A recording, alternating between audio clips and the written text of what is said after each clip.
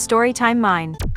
About 2 years ago I 17 female started talking to this guy, Chase, with my best friend, Karina, on Reddit. Karina had been talking to Chase for a couple of months before me, so I figured if there was any weirdness, she would have picked up on it. At first we only talked in a group, and even though I knew I was starting to like Chase, I never talked to him alone. I didn't think Karina really cared, but since she was talking to him first I didn't want to be that girl. But that didn't last long. After a couple of months Chase randomly sent me a PM, and from then on we started talking every day. We still talked to Karina, but we never told her about us doing our own thing. Chase and I ended up getting really close and pretty involved. Well, as involved as we could get, since we never talked on the phone and never met up. He told me he lived pretty far away, and even though we planned to video chat he would never answer. Eventually we exchanged real numbers, and I saw that he had an iPhone, so I tried to FaceTime him. Plot twist, he didn't answer. He made some excuse about being with his parents and said we could talk later, but that was weeks ago. It was the first time the whole thing felt sus, so I kinda needed to talk to Karina about everything. At first she was pissed that I lied, but then she said I should just stop talking to Chase or things would end badly. I didn't know how right she was. A couple of days ago I was at Karina's house and I was texting Chase. Out of nowhere I could hear a phone going off in Karina's kitchen that pretty much matched up with the texts I was sending. I was starting to panic a little bit because gross. I just kept texting to really see if the alerts matched up, and they did. I thought worst case scenario I had been texting my friend's brother this whole time, but when I came around the corner what I saw made me think I was actually going to puke. I only saw our dad standing in the kitchen. I thought it had to be impossible that I was texting my friend's dad this whole time, so I sent one last text. I felt like I was going to pass out when I heard the phone ding, but it wasn't my friend's dad that looked at his phone. It was mine.